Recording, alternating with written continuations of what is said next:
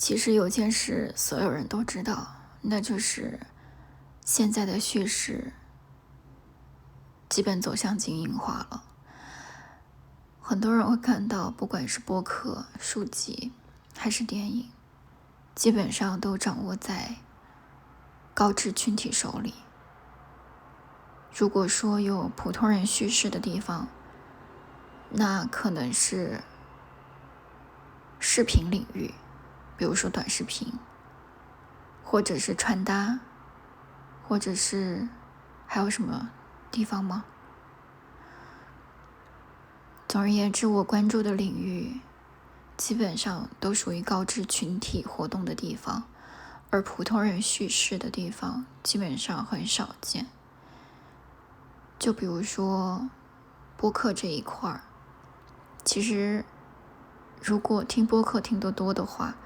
会发现这个阵地基本上普通人没有什么太多的话语权，他们只适合当观众，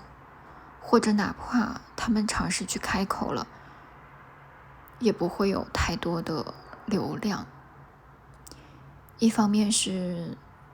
就比如说我作为听众，那我肯定是希望能够听到那些有知识含量的东西。比如说我关注 AI， 那我就希望他讲的 AI 能够拓展我的未知领域。比如说我关注电影，那我同样也希望这个人讲出的电影有关的东西，并不是我在比如说浏览器或者是稍微问问 AI 就能够找到的东西，而是我希望他提供的视角是我所没有看到过的，我所没有预料过的，是能够让我惊喜的。那能够做到这些的，势必会是一个在相关方面有很多研究、很多涉猎的人。那这样子的一个人，可能在普通人里面虽然也有，可是终究是占比不高的。那也就意味着，哪怕一个普通人，他尝试去说我会感兴趣的领域的东西，那未必能够入得了我的耳朵。那我可能是一个很特殊的例子，那别人呢？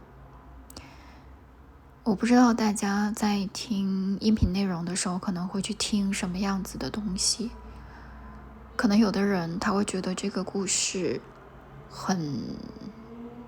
真实，会让他感到触动，所以他想要去听。还是说因为这个表达的人他感觉到了真诚，所以他想去 follow。又或者是他在积累生活的素材，想去听听别人，就是大家都生活在这个世界里嘛，那肯定会有人有不一样的生活，有不一样的视角，他也想去看看这些人，他们的生活是什么样的，他们的视角是什么样的，他们怎么看待他们所遇到的一些东西之类的。反正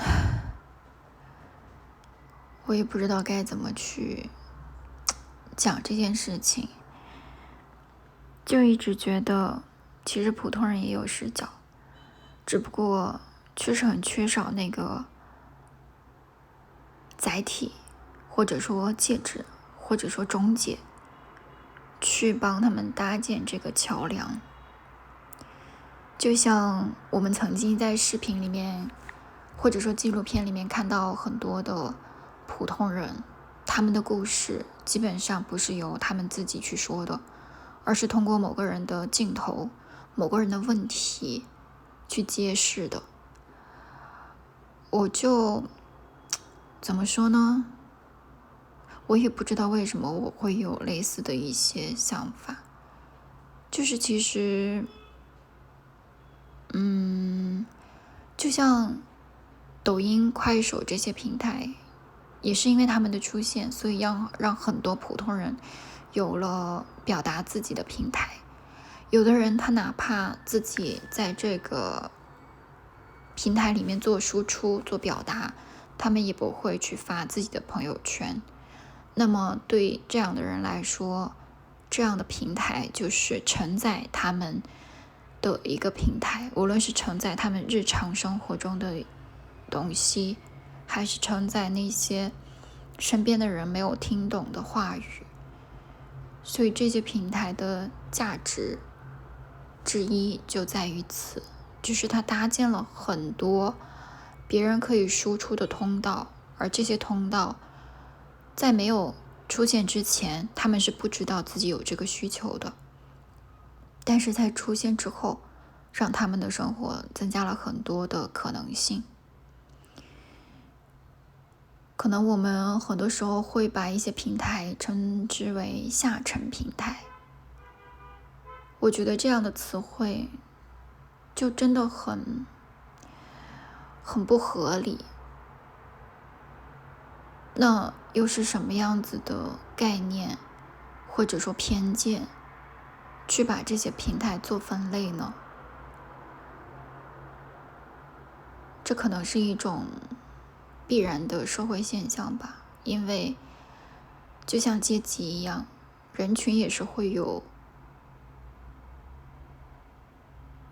划分的这个说法的。它可能不是一种刻意的现象，而是我们身处其中会自然而然形成的一种格局。就像我会去找适合我、让我舒服的社群，那别人也会。那什么才叫适合？怎样才算是让我舒服呢？跟人是有关系的，所以可能不同的人，他并不是主动的选择不同的群体，而是由他这一路以来的积累决定的。而这些积累，恰恰就在于他接受了什么样的教育，身边都有着什么样的资源和人脉。